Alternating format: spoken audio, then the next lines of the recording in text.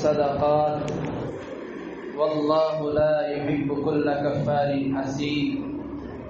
صدق الله العظيم۔ محترم معزز بزرگوں، دوستوں، عزیز سامعین کرام،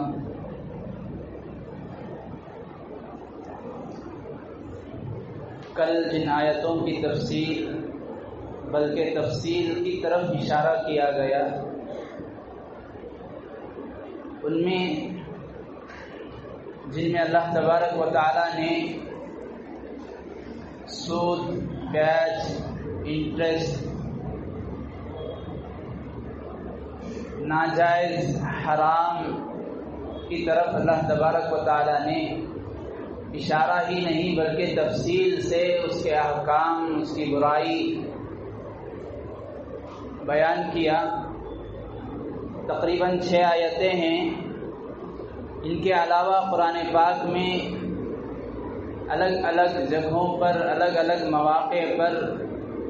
کل ملا کر تقریباً 10 سے 11 آیتیں ایسی ہیں جن میں اللہ تبارک و تعالی نے بڑے ہی واضح انداز میں سود اور اسی طرح ہر ایسی کمائی، ہر ایسی انکم، آدمی کا ہر ایسا روپیہ پیسہ جس میں ناجائز اور ناجائز ہی نہیں بلکہ اس کا شبہ بھی ہو، اس سے بچنے کا حکم دیا ہے۔ کل اس کے متعلق چند آیتیں اور احادیث ہمارے سامنے آئی، 2-3 آیتیں باقی رہ گئی۔ اللہ تبارک و تعالی ارشاد فرماتے ہیں یمحق اللہ الربا ویربی الصدقات۔ اللہ تعالی ربا اور سود کو مٹاتے ہیں، مٹائیں گے، اور صدقات کو اللہ تبارک و تعالی بڑھاتے ہیں، اور اللہ تعالی پسند نہیں فرماتے ہر انکار کرنے والے گنہگار کو۔ مطلب کیا ہے؟ مطلب یہ ہے، اس آیت کی تفسیر میں حضرات علماء نے فرمایا ہے کہ بظاہر سود بڑھتا نظر آتا ہے، لیکن اس آدمی کو ہمیشہ کچھ نہ کچھ پریشانی لاحق رہتی ہے، ہمیشہ کسی نہ کسی آفت اور حادثے کا، واقعے کا ہمیشہ اس کی زبان پر گلا، ہمیشہ اس کی زبان پر شکوہ، کیوں بھئی ایسے ہیں، نہیں صورت ہی ویسی ہے۔ اس کے مترادف ہو جاتا ہے وہ آدمی جس سے لت لگ جاتی ہے سود کی، ناجائز کی، حرام کی۔ وہ موقع جب ایک واقعہ یاد آتا ہے جب انگریز ہندوستان پر بالکل قابض ہو گئے تھے، بالکل مسلمان کہیں بھی اطراف میں، اکناف میں، شہروں میں، اپنے گلی کوچوں میں کہیں بھی آزادی کے ساتھ کسی بھی اسلامی حکم پر عمل کرنا ان کے لیے دشوار ہو گیا تھا۔ اس وقت قطب الاقطاب شیخ المشائخ حضرت مولانا رشید احمد گنگوہی رحمۃ اللہ علیہ نے ایک کتاب لکھا، اس میں حضرت نے یہ مسلمانوں کو باور کرانا چاہا، معلوم کرانا چاہا کہ اب موجودہ وقت، موجودہ دور میں ہندوستان یہ دارالاسلام، دارالامن نہیں، دارالحرب ہو گیا ہے۔ دارالحرب کا مطلب جہاں پر مسلمانوں کے لیے ان کے اسلام کی شناخت کے ساتھ، ان کے اپنی مذہبی شناخت کے ساتھ، مذہبی آئیڈیالوجی کے ساتھ، اپنی پہچان کے ساتھ باقی رہنا مشکل، کفر کا غلبہ یا اسلام مغلوب ہو گیا، تو اس وقت حضرت نے یہ فتویٰ دیا، حضرت نے یہ کہا کہ اب یہ ہندوستان دارالحرب ہو گیا ہے۔ دارالحرب کا مطلب وہاں پر اسی کے بعد ہی انگریزوں کے ساتھ لڑنے کا جو فتویٰ صادر کیا گیا، جہاد کا فتویٰ، اسی کے بعد دارالحرب ڈکلیئر کرنے کے بعد ہی غزوہ، جنگ، جہاد کی نوبت اور اس کی بات بعد میں آتی ہے۔ تو کسی نے حضرت سے پوچھا، حضرت آپ نے فتویٰ تو، یہ کتاب تو لکھ دیا ہے کہ ہندوستان دارالحرب ہو گیا ہے، یہ فتویٰ کیوں نہیں لکھتے آپ؟ اس وقت کے بڑے علماء مشائخ میں سے ہیں، ان سے یہ پوچھا آپ یہ فتویٰ کیوں نہیں لکھتے کہ چونکہ دارالحرب ہو گیا ہے تو سود جائز ہو جانا چاہیے۔ دارالاسلام یعنی جہاں پر آدمی کا چاہے معاشرت ہو، معاملات ہو، اخلاقیات ہو، اس کی تجارتیں ہیں، لین دین ہیں، اس کی زندگی ہے، یہ ساری چیزیں اسلامی احکامات کے مطابق ہوتے ہیں، دارالاسلام۔ اب یہ تو نہیں رہا، دارالحرب ہو گیا ہے، مسلمان نماز پڑھنا مشکل، کوئی بھی حلال معاملہ کرنا مشکل۔ اب آپ اس وقت میں سود کو جائز قرار دیں، سود کے حلال ہونے کا فتویٰ دے دیں تاکہ مسلمانوں کو پریشانی نہ ہو۔ اس وقت حضرت نے جواب میں لکھا، اگر آج کے وقت میں یا علماء یا مفتیان کرام یا کوئی بھی دارالافتاء یہ فتویٰ دیتا ہے کہ سود جائز ہے، حلال ہے، تو آگے چل کر ان بزرگان دین کی قربانی ہی نہیں بلکہ دور اندیشی تھی، یہ ان کی کرامت تھی۔ انہوں نے اسی وقت کہہ دیا کہ اگر آگے چل کر ہندوستان دوبارہ دارالاسلام بن جائے، ہندوستان میں مسلمانوں کو آزادی مل جائے، انہیں اپنی آزادی، مذہب کی آزادی، ہر اعتبار سے آزادی مل جائے، تو وہ آدمی جسے ہندوستان میں دارالحرب جب ہندوستان ہو گیا تھا اس وقت سود کھانے کی، مفت خوری کی، سود خوری کی جو عادت پڑ گئی تھی، جو لت اسے لگ گئی تھی، اب ہندوستان میں آزادی ملنے کے بعد اب اسے وہ لت چھڑانا مشکل ہو جائے گا، اب اسے دوبارہ حلال کی طرف لانا مشکل ہو جائے گا۔ اس لیے چاہے حالات بدتر سے بدتر ہو جائیں، چاہے لوگوں کا نظام معیشت، لوگوں کی اکنامی گر جائے، ان کے کاروبار ٹھپ ہو جائیں، لیکن پھر بھی برداشت نہیں کیا ہے شریعت نے اس سود کے جائز اور حلال ہونے۔ آخر یہ کیا بات ہے، اسے اتنا سخت، اتنی مبغوض، اتنی ناپسند چیز اللہ کے نزدیک کیوں ہے شریعت میں؟ شراب سے بھی بدتر، ابتر چیز اس کو کیوں کہا گیا ہے؟ سمجھنے کی بات ہے۔ حضرات علماء نے، فقہاء نے کئی سارے وجوہات اس کے لکھے ہیں۔ ویسے تو ہم اللہ تعالیٰ کے کسی بھی حکم کو ماننے کے لیے ریزن کے ہم محتاج نہیں ہیں۔ ریزن سمجھ میں آیا ہماری عقل میں، اس کی وجہ، علت، حکمت، اس کے پیچھے کیوں یہ حکم ہے سمجھ میں آیا، تبھی عمل کریں گے، ہم اس کے مکلف نہیں ہیں۔ لیکن پھر بھی حضرات علماء نے اس کی وجوہات لکھی، ان میں ایک بہت بڑی وجہ یہ ہے کہ سود کو جو ناجائز، حرام ہونے کو، شراب سے بھی، زنا سے بھی بدتر جو کہا گیا ہے، اس کی وجہ یہ ہے ظلم۔ اللہ تعالیٰ کی جو مخلوق ہے، جسے اللہ تعالیٰ کا کنبہ کہا گیا ہے، الخلق عیال اللہ، اس پر ظلم ہوگا، غریب پسے گا، غریب کا خون چوسا جائے گا، اور دوسری طرف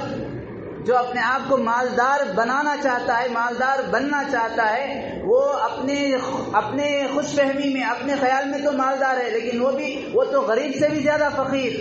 ہمیشہ کے گلے شکوے، ہمیشہ کی کچھ نہ کچھ پریشانی،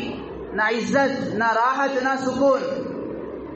تو اللہ تبارک و تعالیٰ نے اس لیے اس کو حرام قرار دیا کہ اس کا نتیجہ بالآخر، نتیجہ یہ ہوتا ہے معیشت اس کی تباہ ہو جاتی ہے، لوگوں کے اوپر حالات آ جاتے ہیں، روزگار کے اعتبار سے فقر و فاقہ عام ہو جاتا ہے، اور جب فقر و فاقہ عام ہو جاتا ہے، کاد الفقر ان یکون کفرا، جب فقر عام ہو جاتا ہے، کئی لوگوں کو ان کا فقر کفر تک لے جاتا ہے، اور کفر، شرک اللہ تبارک و تعالیٰ کو بہت ناپسند ہے۔ کفر اور شرک کے بعد قرآن پاک میں جو بھی گناہ بیان کیے ہیں، حضرات مفسرین نے لکھا ہے وہ سب سے بڑا گناہ وہ سود ہے۔ کفر اور شرک کے بعد سب سے بڑا، زنا سے بھی، شراب سے بھی، جوا سے بھی، غیبت سے بھی، ان سب گناہوں سے بڑھ کر وہ سود ہے۔ بہرحال اللہ تبارک و تعالیٰ نے فرمایا کہ میں یہ سود کو، حرام کو، ناجائز کو مٹاتا ہوں، صدقات کو بڑھاتا ہوں۔ مطلب کیا؟ جیسے ایک آدمی، اسے بیماری کی وجہ سے، الرجی کی وجہ سے اس کے جسم پر ورم آ جاتا ہے، جسے ہم کہتے ہیں اس کا بدن پھک گیا، کہیں پر کلا، کہیں پر بدن کا کوئی نہ کوئی عضو، تو یہ اسے خوشی کی بات نہیں ہے۔ اگر وہ لاغر، دبلا پتلا آدمی ہے، وہ یہ خوش ہو جائے کہ میں موٹا ہو رہا ہوں، ماشاء اللہ، اس کے جسم کے علاج کے ساتھ ساتھ اس کے دماغ کا بھی علاج کرانا ہے۔ یہ تو اس کے لیے اس بات کی علامت ہے کہ اگر اس کی طرف توجہ نہیں دیا تو یہی مرض اس کے لیے موت کا سبب بن سکتا ہے۔ اسی طرح حضرات علماء نے لکھا کہ اگر آدمی کو بظاہر نفع تو نظر آ رہا ہے، لیکن وہ نفع بالکل اسی بدن پر آنے والے اس ورم کی طرح ہے، جو موٹاپا بیماری کی وجہ سے آتا ہے۔ اور صدقات، غریبوں میں بانٹنا، غریبوں پر خرچ کرنا، مستحق لوگوں تک پہنچانا، یہ سود کا مقابل ہے۔ سود میں غریبوں کا خون چوسا جاتا ہے۔ قرآن نے کہا یمحق اللہ الربا ویربی الصدقات، اللہ تعالیٰ صدقات کو بڑھاتے ہیں، خرچ کرنے والوں کو اللہ تبارک و تعالیٰ اور عطا کرتے ہیں۔ اس کی مثال علماء نے لکھی، جیسے ایک آدمی پچھنا لگاتا ہے، کیمپنگ کرواتا ہے، اپنے جسم کا فاسد غلط خون نکالتا ہے، بظاہر تو جسم سے خون نکل رہا ہے، لیکن سائنس، میڈیکل، سارے لوگ جن لوگوں نے تجربہ کیا ہے، وہ علاج کرایا ہے، سب اس بات کو جانتے ہیں، وہ تھوڑا خون نکل جانے سے اس کے بدن کا سارا خون محفوظ اور قوی ہو جاتا ہے۔ اگرچہ کہ نکل رہا ہے،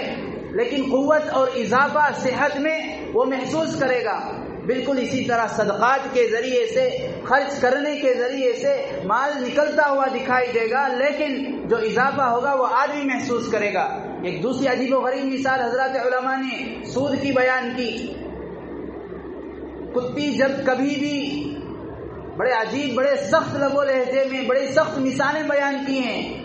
یہ سخت مثالیں میرے اور حضرات علماء کی نہیں ہیں، سخت مثالیں اس وجہ سے دی گئی ہے، اللہ تعالیٰ نے بھی سخت لب و لہجہ انداز طریقہ اختیار کیا ہے۔ اتنا سخت لب و لہجہ شاید کسی اور گناہ کے لیے اللہ تعالیٰ نے استعمال کیا ہو۔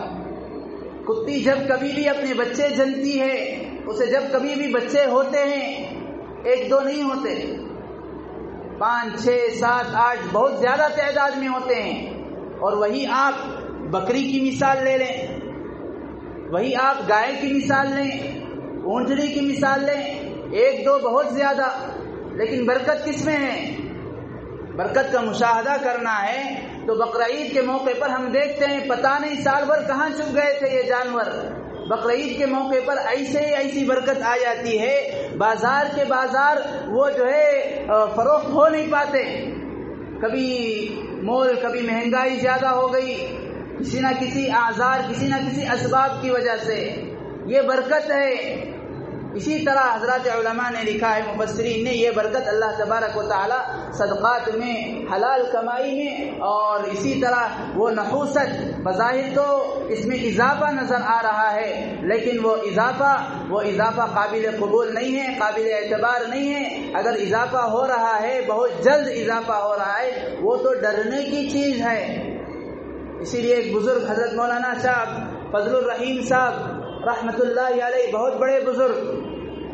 حضرت فرماتے تھے اگر آدمی کو آسانی کے ساتھ، بہت ہی آسانی کے ساتھ 1000 روپیہ آ جاتا ہے، یہ خوشی کی بات نہیں ہے، یہ اس بات کی فکر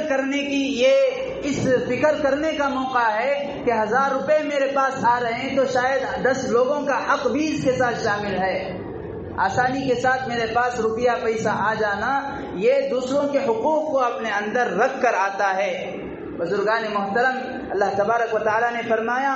جو سود کے حرام ہونے کو نہیں مانتا، بہت سارے لوگ ہوتے ہیں، یہ بات مشاہدہ ہے، بہت سارے لوگ آپ دیکھیں گے، آپ ان سے کہہ کر دیکھیں، آپ بھی تجربہ کر لیں، سود کہتے ہی ان لوگوں کو غصہ آ جاتا ہے، کیا ہمیشہ سود، اس کے علاوہ اور کوئی موضوع نہیں، اس کے علاوہ اور کوئی ٹاپک نہیں ہے، اور کسی آیت پر تفسیر نہیں کی جا سکتی، باقاعدہ لوگ کھلا پوچھتے ہیں، تو اگر ایسا آدمی، قرآن نے کہا واللہ لا یحب کل کفار اثیم، سود کے ناجائز ہونے کو نہیں مانتا، اس کا دل جو ہے زبان سے تو کہتا ہے، دل میں جو ہے وہ کہیں نہ کہیں اس بات کو مانتا ہے کہ سود یہ میرے لیے انکم کا ایک ذریعہ ہے، منافع کا ایک ذریعہ ہے، فوائد کا ایک ذریعہ ہے، تو اس کے دل میں کفر چھپا ہوا ہے۔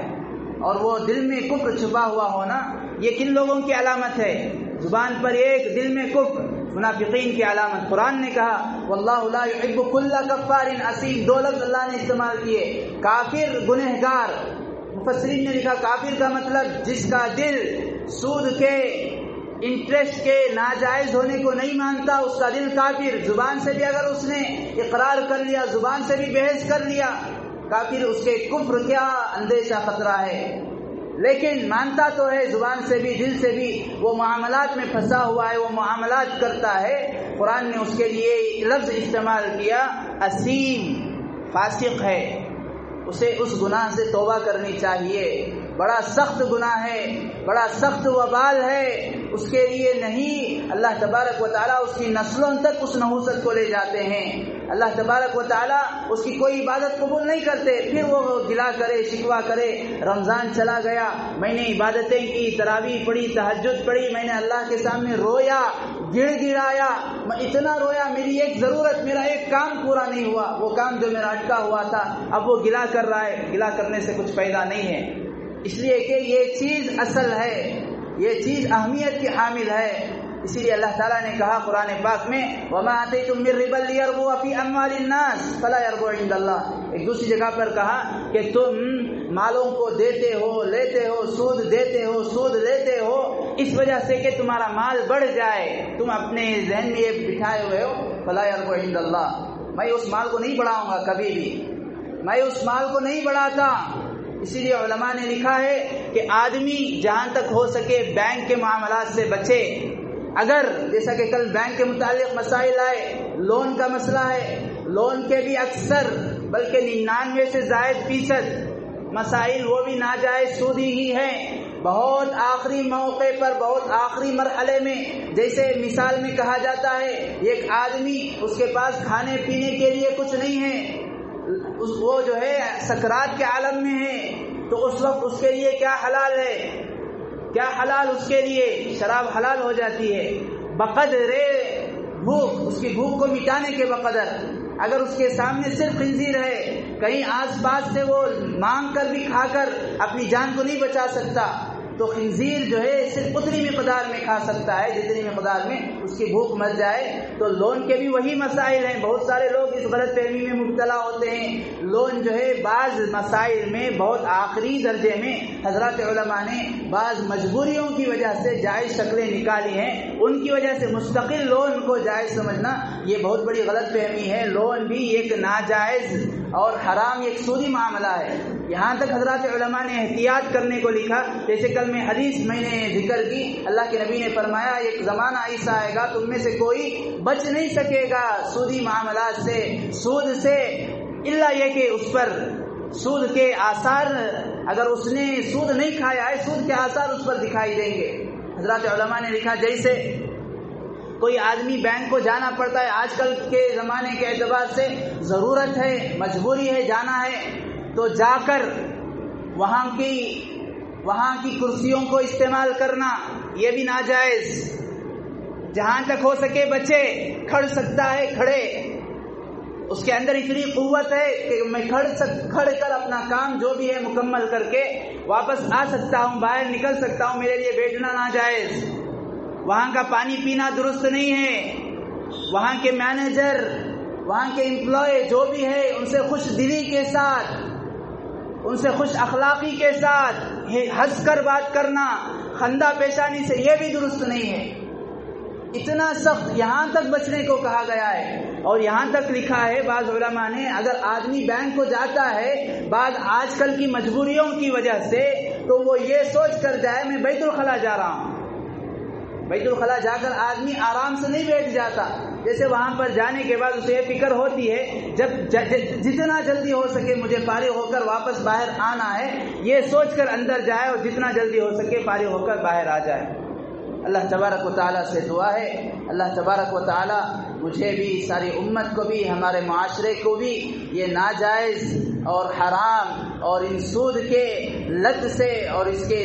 دنیاوی اور وقتی مزے سے بچ کر حلال اور پاکیزہ روزگار اور اسی طرح صدقات کی اہمیت کی طرف اپنے آپ کو اپنی زندگی کو لے جانے کی توفیق نصیب فرمائے۔ 2 سوالات ہیں، کل